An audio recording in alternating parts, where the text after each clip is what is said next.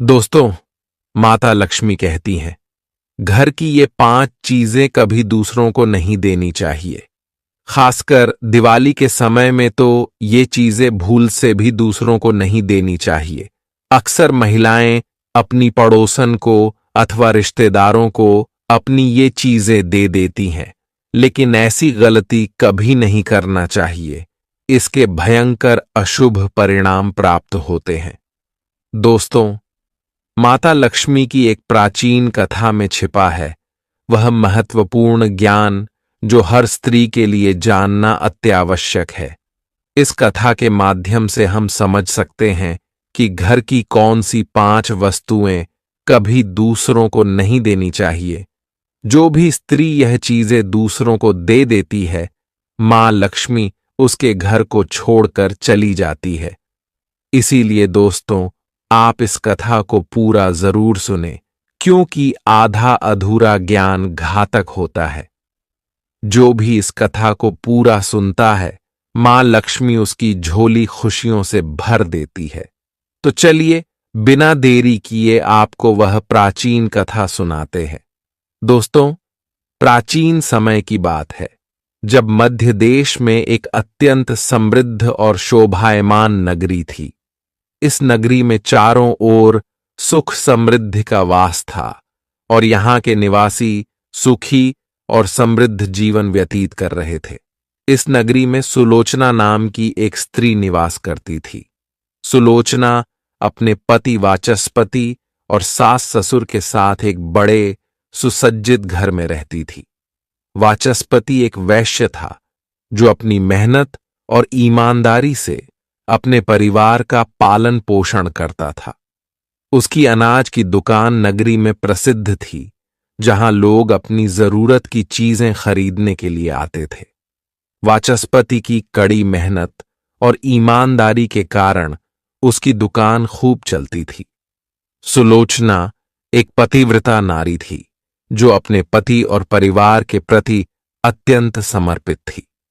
उसके हृदय में धर्म और सत्य के प्रति गहरी आस्था थी और वह अपने कर्तव्यों का पालन पूरी निष्ठा के साथ करती थी। सुलोचना का स्वभाव अत्यंत दयालु था और वह सदैव दूसरों की सहायता के लिए तत्पर रहती थी। उसका दिन सूर्योदय से पहले ही प्रारंभ हो जाता था। सुलोचना सुबह जल्दी उठकर सबसे पहले अपने घर के आंगन को स्वच्छ करती थी। वह रोज आंगन में रंग बिरंगी रंगोली बनाती थी, जिससे पूरा घर एक दिव्य आभा से भर जाता था। इसके बाद वह पूरे घर की सफाई करती और फिर स्नान करके भगवान की पूजा अर्चना में लीन हो जाती थी। सुलोचना का विश्वास था कि पूजा के बिना कोई भी दिन शुभ नहीं होता। इसलिए वह प्रतिदिन तुलसी के पौधे को जल चढ़ाती और देवी देवताओं की आराधना करती। उसके पूजा स्थल पर सजीवता का आभास होता था, जहां दीपक की ज्योति और धूप की सुगंध चारों ओर फैल जाती थी। सुलोचना के ये धार्मिक और कर्तव्यपरायण गुण उसे अन्य महिलाओं से अलग बनाते थे। उसकी सास ससुर और पति वाचस्पति उससे अत्यधिक प्रसन्न रहते थे, क्योंकि सुलोचना न केवल गृह कार्य में निपुण थी, बल्कि वह सभी का ध्यान भी बड़े प्रेम और सम्मान के साथ रखती थी। सुलोचना के बारे में नगर के लोग कहते थे, यह स्त्री साक्षात मां लक्ष्मी का रूप है।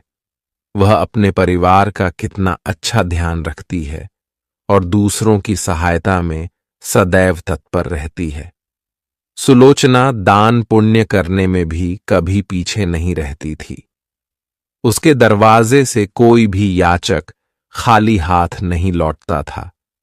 सुलोचना का मानना था कि दूसरों की सहायता करने से ही सच्ची खुशी मिलती है।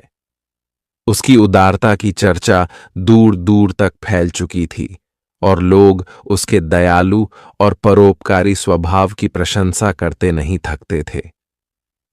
सुलोचना अपने पड़ोसियों के साथ भी बहुत ही प्रेमपूर्ण व्यवहार करती थी।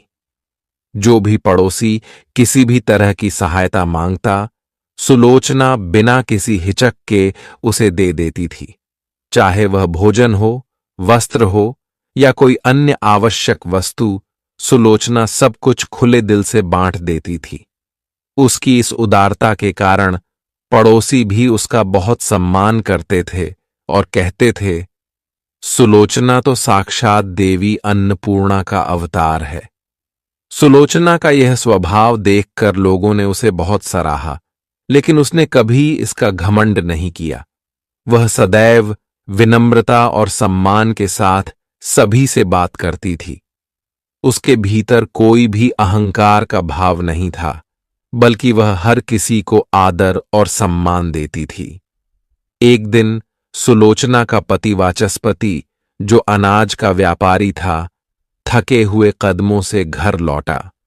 वाचस्पति ने देखा कि सुलोचना हमेशा की तरह मुस्कुराती हुई उसकी प्रतीक्षा कर रही थी। सुलोचना ने अपने पति को देखते ही कहा, हे नाथ, आप बहुत थके हुए लग रहे हैं। आज व्यापार में कुछ कठिनाई आई क्या? वाचस्पति ने एक थकी हुई मुस्कान के साथ उत्तर दिया, हाँ सुलोचना, आज का दिन कुछ कठिन रहा। व्यापार में उतनी सफलता नहीं मिली जितनी आशा थी, लेकिन तुम्हारा चेहरा देखकर सारी थकान दूर हो जाती है। सुलोचना ने प्यार से कहा, आप चिंता न करें, सब कुछ ठीक हो जाएगा।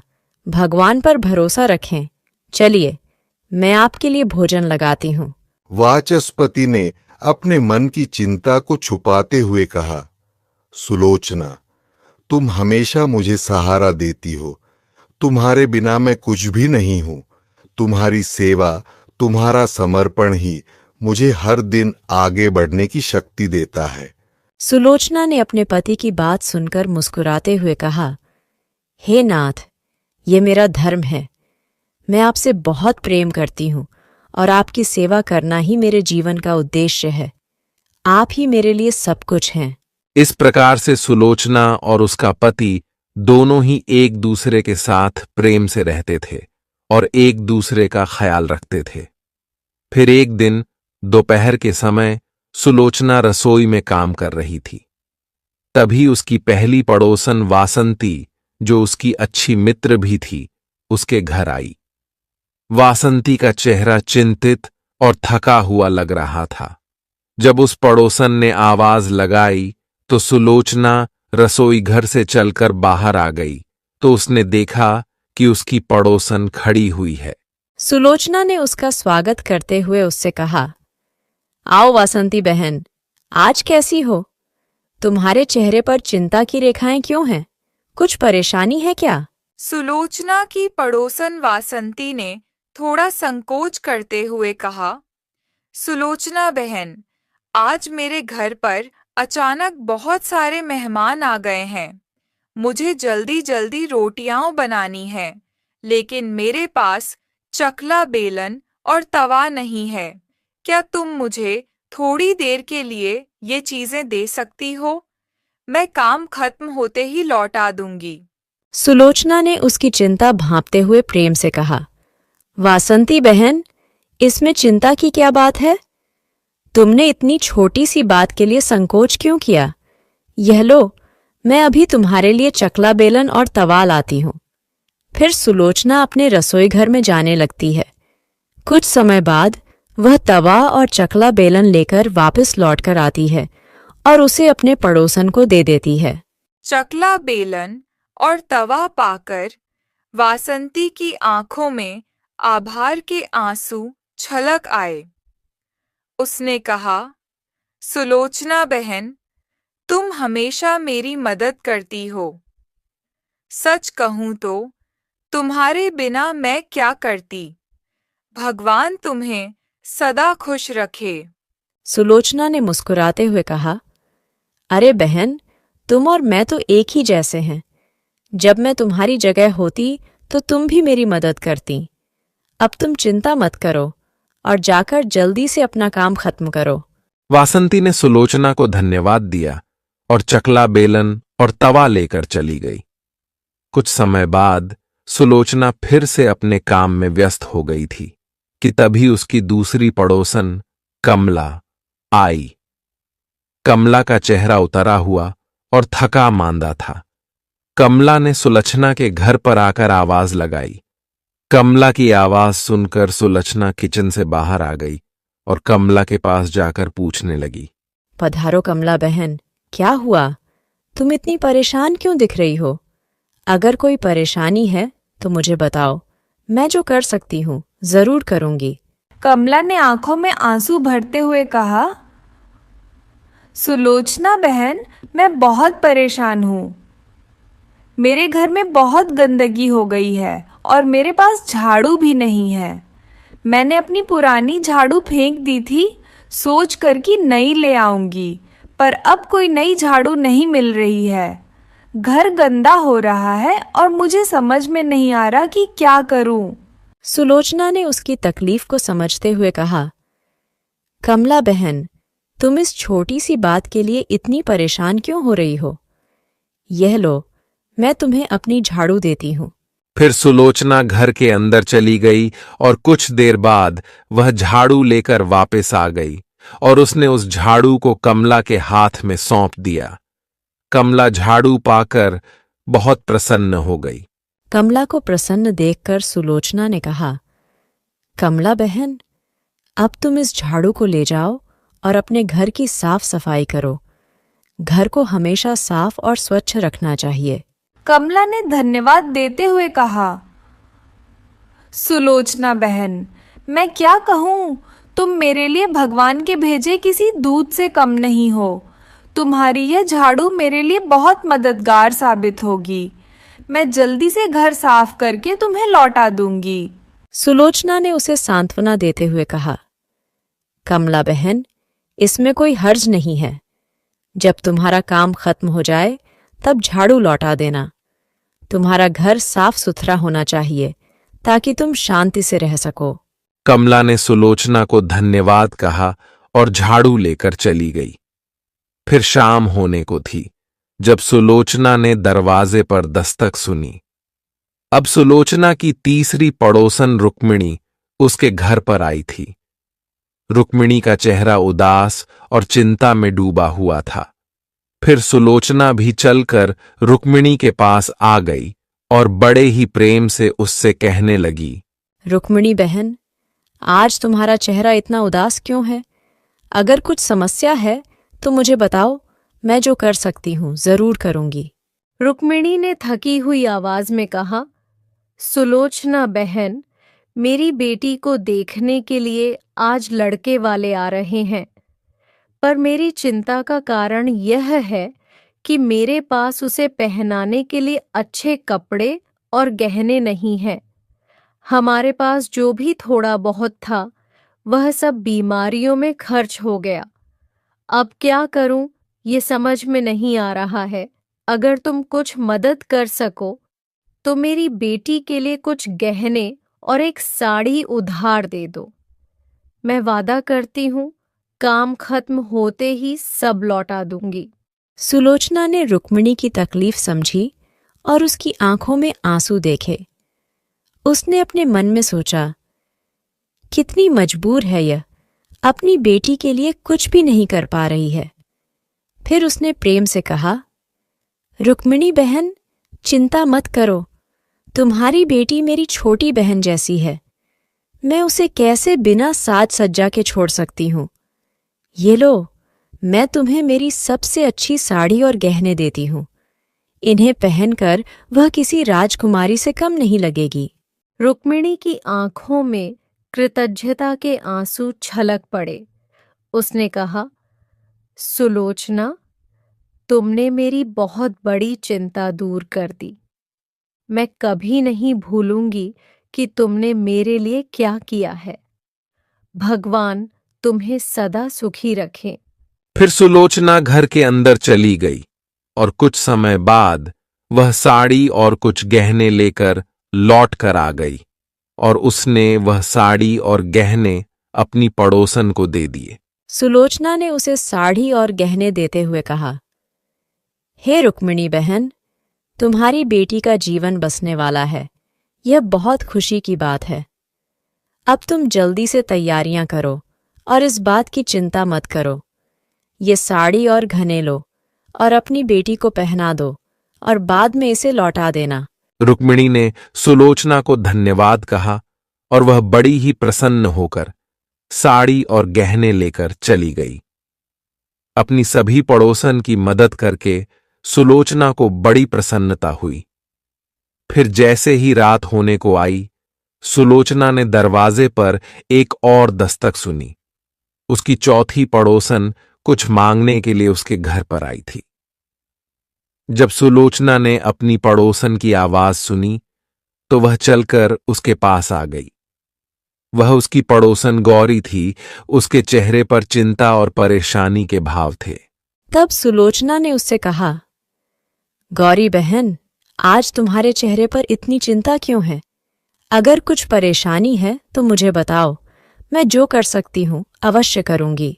गौरी ने दुखी स्वर में कहा, सुलोचना बहन, आज मेरे घर में बहुत परेशानी है। मेरा बच्चा बहुत भूखा है और मेरे पास उसे पिलाने के लिए दूध नहीं है। मैं नहीं जानती कि अब क्या करूं। तुम हमेशा दूसरों की मदद करती हो, इसलिए मैं तुम्हारे पास आई हूं। क्या तुम्हारे पास थोड़ा दूध हो सकता है जिसे मैं अपने बच्चे को पिला सकूं? सुलोचना ने गौरी की हालत देखी और उसका दिल भर आया। उसने तुरंत कहा, गौरी बहन, इसमें कौन सी बड़ी बात है? तुमने मुझसे पहले क्यों नहीं कहा? यह लो, मैं तुम्हें अभी थोड़ा दूध देती हूँ। तुम्हारे बच्चे की भूख सबसे महत्वपूर्ण है। फिर सुलोचना घर के अंदर चली गई।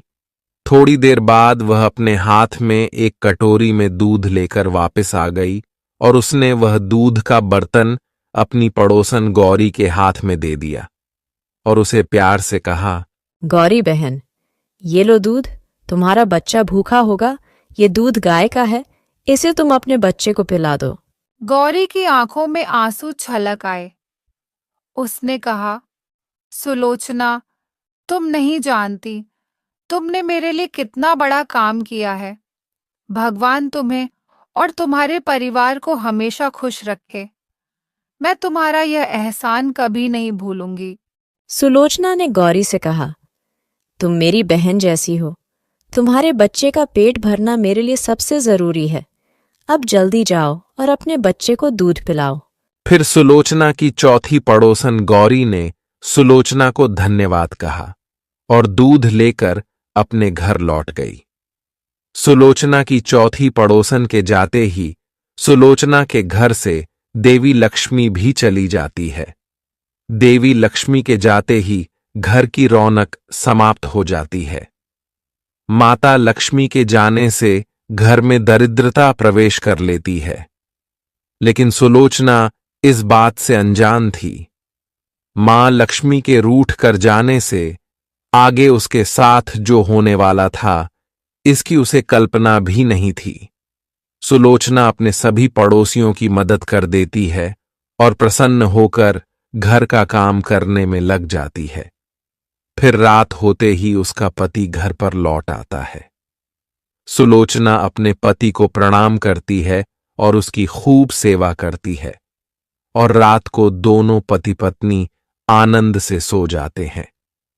और फिर दूसरे दिन सुलोचना और उसका पति दोनों जागते हैं तो उन्हें एक बहुत ही बुरी खबर कानों पर पड़ती है। एक आदमी दौड़ते हुए सुलोचना के घर पर आता है और सुलोचना के पति से कहता है, हे भाई, कल रात को किसी ने आपकी दुकान लूट ली है। सारा माल गायब है। सुलोचना का पति एकदम से घबरा जाता है और दौड़ते हुए अपने दुकान पर जाता है तो देखता है उसका सारा माल किसी ने लूट लिया है। वह देखता है कि उसके दुकान में रखा हुआ सारा धन भी चोरी हो चुका है। वह वहीं बैठकर रोने लगता है और भाग्य को कोसने लगता है। फिर वह दुखी और निराश होकर घर पर लौटता है तो सुलोचना वहीं पर खड़ी होकर उसकी राह देख रही होती है। वह सुलोचना के पास आकर खड़ा हो जाता है और कहता है, सुलोचना, हम बर्बाद हो गए। हमारा सारा धन चोरी हो गया है, सारा दुकान खाली हो चुका है। सुलोचना कहती है, आप चिंता न कीजिए जी, हमारे घर में अभी बहुत सारा धन रखा हुआ है जिससे आप फिर से व्यापार शुरू कर सकते हैं। फिर सुलोचना अपने घर की तिजोरी में देखती है तो वह भी पूरी तरह खाली दिखाई देती है। उसके अंदर का भी सारा माल अब चोरी हो चुका था। यह देखकर सुलोचना बहुत दुखी हो जाती है। उसे समझ में नहीं आता कि यह कैसे हुआ। सुलोचना का पति उस पर बहुत क्रोधित हो जाता है और पूछता है, सुलोचना, सच सच बताओ, हमारे घर के अंदर रखा हुआ सारा पैसा कहाँ गया? सुलोचना कहती है, मैं घर पर ही थी, सारा धन तिजोरी में ही था, किसने इसे चुरा लिया पता नहीं। सुलोचना का पति कहता है, ये जो तुम दूसरे लोगों को घर पर बुलाकर खिलाती हो, अनजान लोगों को घर में बुलाती हो, उसी का फल है ये। उन्हीं में से किसी ने हमारे घर का सारा पैसा चुरा लिया है। क्रोध में आकर सुलोचना का पति उसे भला बुरा कहता है। सुलोचना की सास भी उसे बहुत कोसती है और कहती है, तुम ही इन पड़ोसियों को घर की चीजें देती रहती हो, बिना सोचे किसी की भी मदद कर देती हो। उन्हीं में से किसी ने सारा पैसा चुरा लिया है। घर के सभी लोग सुलोचना को भला बुरा कहने लगते हैं। फिर सुलोचना अपने पति को दिलासा देते हुए कहती है, हे नाथ, मैंने मेरे कुछ गहने हमारी पड़ोसन को दिए हैं, मैं उसके पास से गहने लेकर वापस आती हूँ। फिर सुलोचना उस गरीब पड़ोसन के घर पर जाती है तो देखती है उसके घर पर कोई नहीं होता है। वह स्त्री भी घर छोड़कर सुलोचना के गहने लेकर भाग गई होती है। सुलोचना निराश होकर घर पर लौटती है और अपने पति को सारी बात बता देती है। सुलोचना की बात सुनकर उसका पति आग बबूला हो जाता है और सुलोचना को भला बुरा कहने लगता है। सुलोचना का पति कहता है, हे सुलोचना, तुम बड़ी मूर्ख हो। तुम्हारे ही कारण हमारा सारा धन वैभव चला गया है। तुम्हारे दान देने की आदत के कारण ही हमारे ऊपर यह मुसीबत आन पड़ी है। अब तू इस घर में नहीं रह सकती, तू अभी इसी क्षण इस घर को छोड़कर चली जा। सुलोचना कहती है, हे नाथ, आपके सिवा मेरा इस दुनिया में कोई नहीं है, मैं आपको छोड़कर कहाँ जाऊं। सुलोचना का पति कहता है, तू कहीं पर भी जा, लेकिन अब इस घर में तू नहीं रह सकती। तेरे ही कारण मेरा सब कुछ बर्बाद हो गया है। तू इस घर में रहेगी तो बचा कुचा सब नष्ट हो जाएगा। सुलोचना अपने पति को हाथ जोड़कर विनती करने लगती है, हे स्वामी, ऐसा ना कहिए, मैंने कोई अपराध नहीं किया है। आपके बगैर मैं जीवित नहीं रह सकती। मुँह दासी को आप घर से मत निकालिए। लेकिन सुलोचना का पति उसकी एक नहीं सुनता है और उसे अपने घर से धक्के मारकर निकाल देता है और कहता है, अब तू इस घर से चली जा और लौटकर मत आना। चाहे तो किसी नदी में कूदकर अपनी जान दे दे, लेकिन अब तू इस घर में मेरे साथ नहीं रह सकती। फिर सुलोचना दुखी होकर रोते हुए अपने पति के घर को छोड़कर चली जाती है। थोड़ी ही दूर चलने के बाद उसे माता लक्ष्मी का एक मंदिर दिखाई देता है। चलते चलते सुलोचना माता लक्ष्मी के मंदिर में जाती है और मां लक्ष्मी के सामने बैठकर उनसे प्रार्थना करते हुए कहती है, हे मां, मैंने ऐसा कौन सा पाप किया है जो मेरी ऐसी दशा हुई है। हे मां लक्ष्मी, मैं तो नित्य आपकी पूजा करती थी, फिर भी आपने मेरा घर क्यों छोड़ा? कृपया मुझे बताओ मां, मैंने ऐसा कौन सा अपराध किया जो आप मुझसे रूठ गई हो। फिर सुलोचना वहीं पर बैठकर सोचने लगती है, यदि मेरे पति मेरा स्वीकार नहीं करेंगे तो मैं जीवित रहकर क्या करूं? यदि मेरे ही कारण मेरे पति की दुर्दशा हुई है तो मुझे जीवित रहने का कोई अधिकार नहीं है। इतना सोचकर सुलोचना अपने प्राण देने के लिए नदी की तरफ जाने लगती है।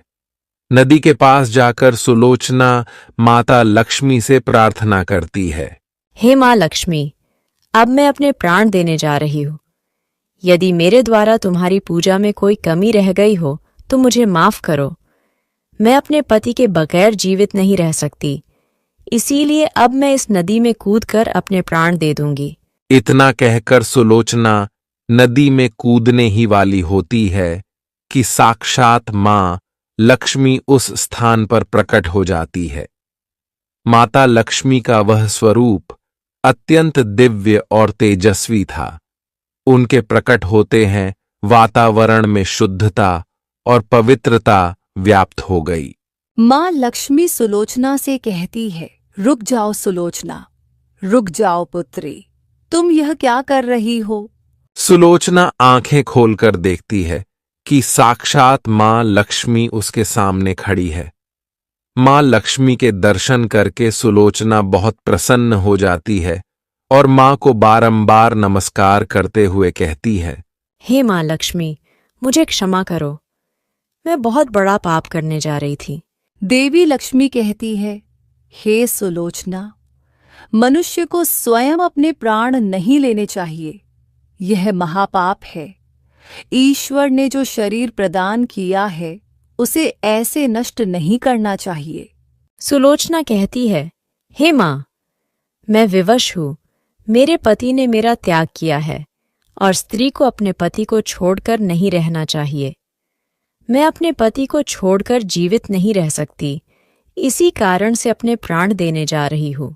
देवी लक्ष्मी कहती है, हे सुलोचना, मैं सब कुछ जानती हूँ और यह भी जानती हूँ कि तुम्हारे पति ने तुम्हारा त्याग क्यों किया है। यह सब तुम्हारी ही भूल के कारण हुआ है। तुमने अनजाने में कुछ ऐसा चीजों का दान किया था जिस कारण से मुझे तुम्हारा घर छोड़कर जाना पड़ा। जो भी स्त्री अपने घर की इन चीजों को दूसरों को दे देती है, उनके घर में मेरा वास नहीं होता है। मैं उन वस्तुओं के साथ ही उनका घर छोड़कर चली जाती हूँ। तब सुलोचना कहती है, हे माँ, ऐसी वह कौन सी वस्तुएं हैं? कृपया आप मुझे बताइए, मैंने कौन सी वस्तुओं का दान किया जिस कारण से आपने मेरे घर का त्याग किया है? देवी लक्ष्मी कहती है, हे पुत्री, अब तुम ध्यान से सुनो। मैं तुम्हें उन चीजों के बारे में बताती हूँ जो किसी भी स्त्री को दूसरों को नहीं देनी चाहिए। इन चीजों का दान करने पर मैं उस घर को छोड़कर चली जाती हूँ। हे सुलोचना, सबसे पहली वस्तु है चकला बेलन और तवा। किसी भी स्त्री को अपने घर का चकला बेलन और तवा कभी दूसरों को नहीं देना चाहिए। रसोई घर में इन वस्तुओं का महत्व सबसे अधिक होता है। इन वस्तुओं की पवित्रता सदैव ही बनी रहनी चाहिए। इन्हीं वस्तुओं से भगवान विष्णु को प्रसाद बनाया जाता है और तवे पर बनी पहली रोटी भी गाय को खिलाई जाती है। इसीलिए इन वस्तुओं को हमेशा स्वच्छ और शुद्ध रखना चाहिए। दूसरों को देने पर ये अपवित्र हो सकती है और फिर इनका उपयोग करना अशुभ फल प्रदान करता है। इसीलिए सुलोचना, तुमने अपने रसोई घर के चकला बेलन और तवा अपनी पड़ोसन को देकर पहली सबसे बड़ी भूल की है। आगे माँ लक्ष्मी कहती है, हे सुलोचना, अब तुम दूसरी वस्तु के विषय में सुनो। तुमने अपनी पड़ोसन को अपने घर में रखी हुई झाड़ू ही दे दी, जिस वस्तु में मेरा सदैव वास होता है। जो वस्तु मुझे सबसे अधिक प्रिय है, तुमने उसे ही दूसरे को दे दिया, तो फिर मैं तुम्हारे घर में कैसे ठहरती? हे सुलोचना, जो स्त्री अपने घर की झाड़ू दूसरों को दे देती है, मैं उसके घर को त्याग देती हूँ। झाड़ू से घर की स्वच्छता की जाती है और जहाँ पर स्वच्छता होती है उसी स्थान पर मेरा वास होता है। ध्यान में रखना सुलोचना, घर में झाड़ू को हमेशा छिपाकर रखना चाहिए। झाड़ू पर बाहरी व्यक्ति की दृष्टि भी नहीं पड़नी चाहिए। झाड़ू एक अत्यंत पवित्र वस्तु है। इसे पैर नहीं लगाना चाहिए और इससे कभी विष्ठा आदि प्रकार की गंदगी साफ नहीं करनी चाहिए। माँ लक्ष्मी कहती है, हे सुलोचना, अब तुम तीसरी वस्तु के विषय में सुनो जो एक स्त्री को कभी दूसरों को नहीं देनी चाहिए। वह वस्तु है आभूषण। एक स्त्री को अपने आभूषण कभी अन्य महिला को नहीं देने चाहिए। मैं सदैव ही आभूषणों में वास करती हूँ। स्त्री के 16 श्रृंगार में गहनों का बहुत अधिक महत्व होता है। एक विवाहित स्त्री को अपने आभूषण कभी अन्य स्त्री को पहनने के लिए नहीं देने चाहिए। जो स्त्री अपने आभूषण अन्य स्त्रियों को देती है उसके जीवन में दुर्भाग्य आता है। हे सुलोचना, अब मैं तुम्हें चौथी वस्तु के विषय में बताती हूँ। किसी भी मनुष्य को शाम हो जाने के बाद कभी सफेद रंग की वस्तुओं का दान नहीं करना चाहिए, किंतु तुमने शाम के समय दूध का दान किया था। शाम को दूध का दान करने से जीवन में दुर्भाग्य आता है। शाम को सफेद रंग की चीजें दान करने से मनुष्य के जीवन में अशुभ काल आता है। माँ लक्ष्मी कहती है, हे सुलोचना, अब मैंने तुम्हें उन सभी वस्तुओं के बारे में बता दिया है जिनका कभी दान नहीं करना चाहिए। ये वस्तुएं कभी दूसरों को उधार में अथवा उपयोग के लिए नहीं देनी चाहिए। सुलोचना कहती है, हे माँ लक्ष्मी, मुझसे बड़ी भूल हो गई। मैं इन बातों से अनजान थी। कृपया मुझे क्षमा करो और अब मुझे प्रायश्चित करने का उपाय बताओ।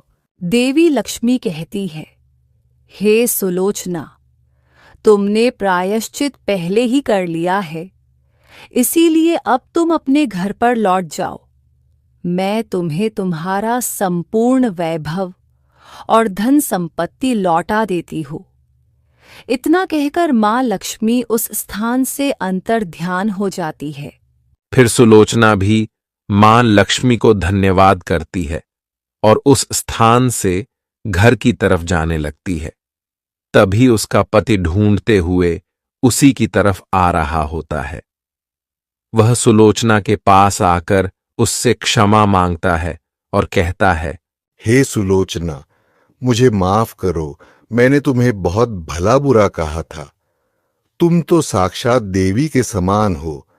मां लक्ष्मी की कृपा से हमें अपना सारा धन वैभव वापिस मिल गया है।